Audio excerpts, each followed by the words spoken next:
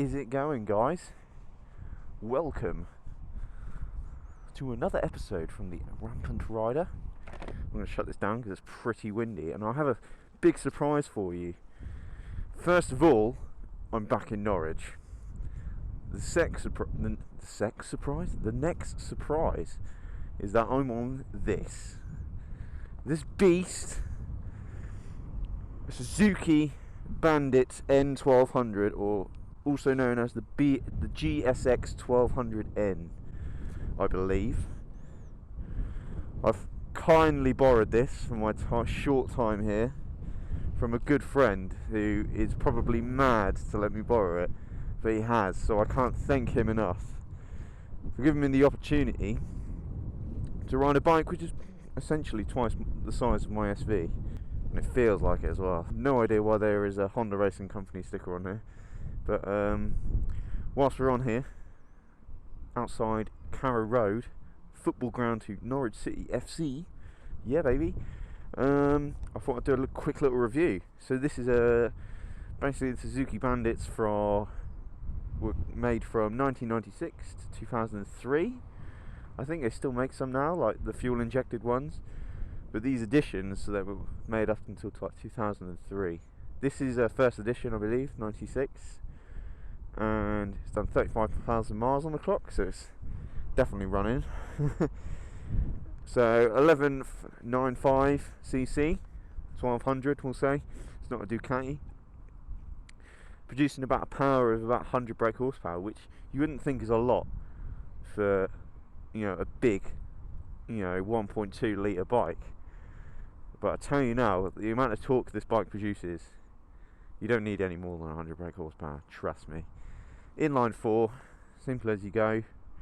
These 6-pot Nissan brakes are brilliant. So basically the theme I found about this bike is everything about it is smooth.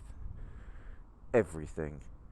And the main feature of that is this clutch, a hydraulic clutch, so no cable at all. Now the gearbox is smooth, the brakes as you put them on are smooth, everything about it, the seating is smooth, the power is smooth, everything about this has just been designed to be so smooth, and I love this bike. Hello. I love this bike, it's absolutely brilliant. So I'm going to go for a quick spin on it, and it sounds amazing as well. So it's basically a commuter bike, naked style, so it's not going to be too much in your face power. This windshield is quite handy because when you're going you don't want that wind shooting right into your body. I think the only thing I would dislike about general naked bikes is the round wing mirrors, but it sort of goes with the retro style, I think. Oh, my stand's down. That might be why. Yeah, so everything, like I said, everything about this bike is ridiculously smooth. Which way should we go? We'll go this way. Let's go into the centre of Norwich. And the great thing is that it must be a Suzuki thing, because I have to stick my left arm out to indicate, just like my SV. Or is it just that the left indicator on here is broken as well? Yeah, this hydraulic clutch is brilliant. So it works exactly the same as your brakes, in the fact that you put some form of fluid in there, bleed it and pressurise it, and that's how it works. It's I think it's quite clever. Unfortunately, I think that means that you can't really adjust the biting point, and I've noticed that when you first get on it, the biting point's a bit short, but as you sort of pressurise it a bit more, the biting point goes back to like a suitable position, which is pretty decent. It's a bit higher than my SV, so I'm literally having to put the 2 feet down. Yeah, fuel gauge, which is brilliant. I have no idea what this does on the tank yet. I think the fuel gauge, just the whole dash, as we'll call it. Well laid out, simple, easy to use. The fuck are you talking about? Now this is me coming from an SV, which is probably one of the lightest 600s you can get, and this bike is heavy. I knew this bike was heavy just when people telling me it was heavy, and it really is. So it is quite scary when you're dipping it into corners and you feel that weight sort of move over. It is takes a bit of getting used to, but that is me coming from an SV. So this is the lightest bike you'll probably get, or no, and that means generally shifting around. It's not as, you know, it doesn't handle as light as the SV, but it still handles well, and the weight is really well proportioned around this bike. Don't pull out.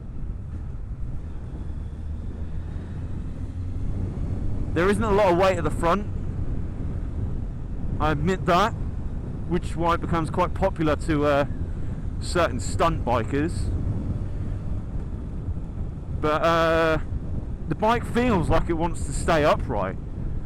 It doesn't feel like it wants to tip down on you when you stop. It feels like when you're riding along it's quite stable, and I think that's because the weight is proportioned around the bike. It feels really stable, and again that makes contributes it part to it being smooth.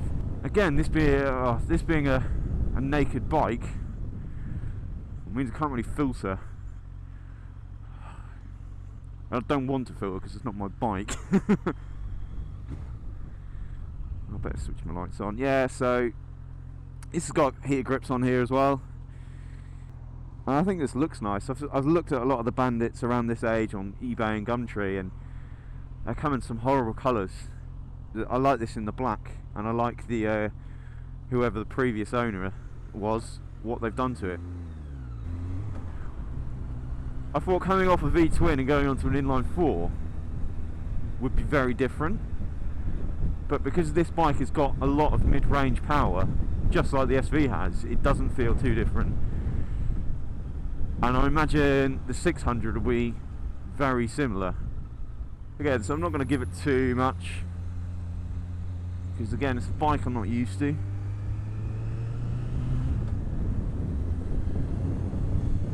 It's good to be back in Norwich though. Shame the shit weather's with it, but I feel like I go touring on this bike, and I feel like really comfortable on it. And it makes me wonder, like, for this bike you don't need cruise control, you don't need ABS, traction control, and all the stuff that the new adventure bikes bring. If you got yourself one of these and just did a few modifications to it, heated grips, maybe put a new seat on it to make it a bit more comfier, adjust the bars, then you could go touring on this thing and you'd feel really confident on it and real comfortable, and that is the most important thing. You know, I'm just sat here at 30 and my hand position is fine. I can probably sit here all day with that hand position around my. I'm pleased at how this bike is, and this is one of Suzuki's, I would say, well-known bikes, well-known brands. Everyone knows, if you're into bikes and you know of Suzuki, you've heard of a Bandit.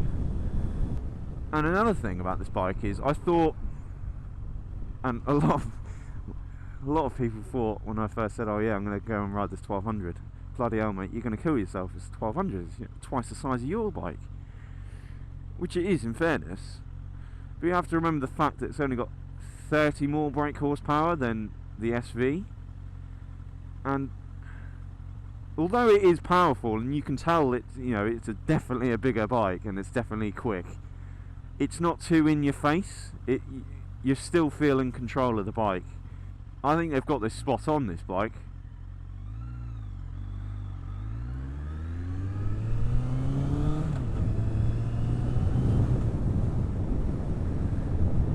Absolutely spot on.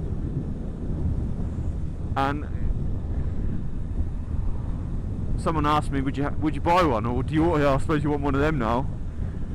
Well, I do. Yeah, I do. I think it's a brilliant bike, and I wouldn't get a newer one. I'd get one like these because it has this retro look to it. It has this 90s look to it, and I think it looks nice this way. But I wouldn't have one now. I wouldn't sell my SV and buy one of these unless a real good deal came. But the fact that I'm still young, I'm still in the youth, I enjoy riding the sports bikes, and I want to be able to keep enjoying them and riding them whilst I can. But I can see myself in 10-15 years time getting one of these because I can't ride them anymore, or, you know, I just don't feel comfortable on them. And I can see myself getting one of these and thinking, yeah, I've ridden that and I know it's spot on. Anyone can ride this bike. It's so easy to ride. And people say, oh, 1,000 bikes, you know, what's the point of them? This is a 1200, and I feel safer on this than I do on my SV. You do have to be careful on this bike because, let's just get in front. With my SV and with most of the case of the 600cc's, you can thrash it about and still sort of stick within the speed limits,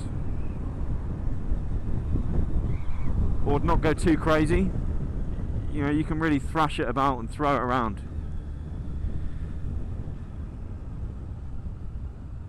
Whereas this, you really have to be careful because it does get up to speed insanely quick,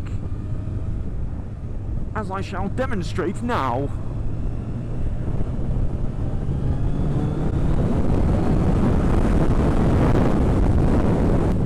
Absolutely mental. And yeah, you'd expect that from your sports bikes and your super sports, but from one of these, absolutely phenomenal. I love this bike.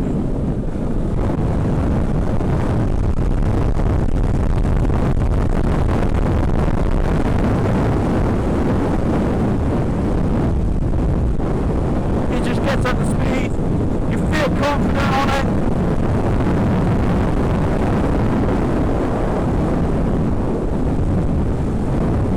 Handles well, and I'd give this an 8 out of 10. And the 2 points knocked off about are probably because of the wing mirrors, and then it's just not sporty enough for me at this moment. It's a brilliant bike. So guys, get this. It's cheap to insure. Get one of these, man. I have actually ridden this bike beforehand. You've seen this featured in my channel before.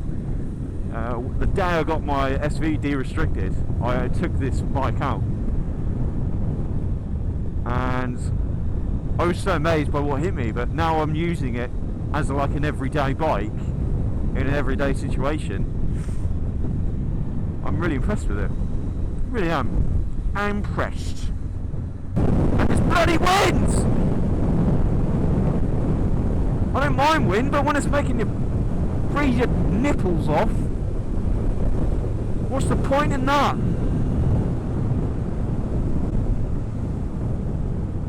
Hey, van driver. Oh god, see, you just can't go around the corner because it's like, you know, driving around your nan's tummy. Lumpy and horrible. Yeah, this bike is smooth as a baby's bum.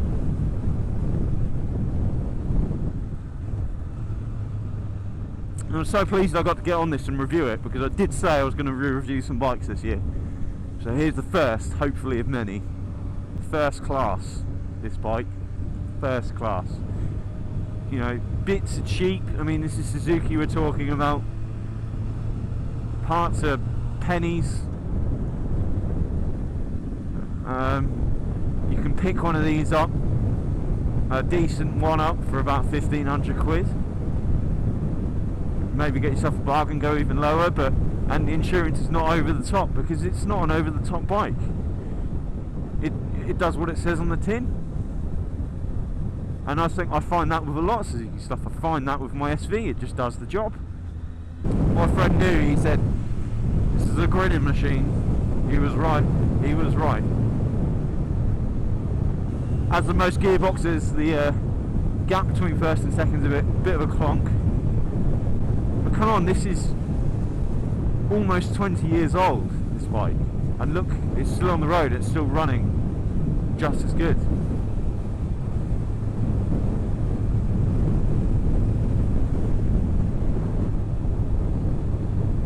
So, yeah, I think the only bad thing I can say about this bike is the weight of it.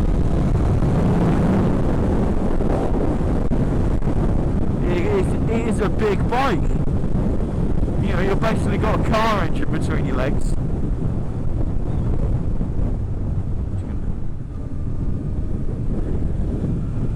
So I sort of expect it to be heavy, but you really have to take care in the corners. It's definitely a heavy bike. And just shifting it around town, be extra careful.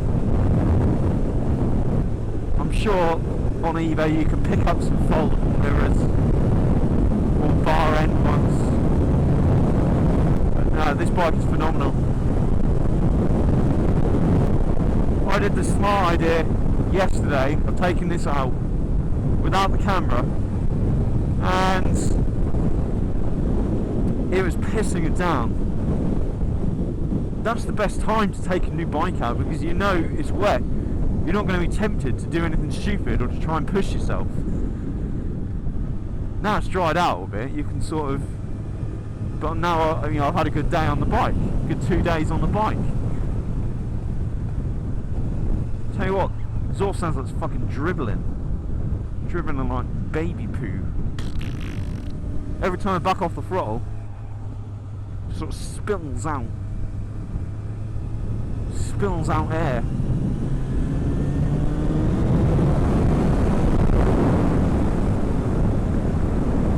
Doesn't have as much engine braking as you expect from a V-twin, of course. See, look at that shit spit. Spitting like a fancy football player. But this bike is fun. It's no way at all boring, this bike. Do you know what? I'd have to take the 600 Bandit out and compare that to this.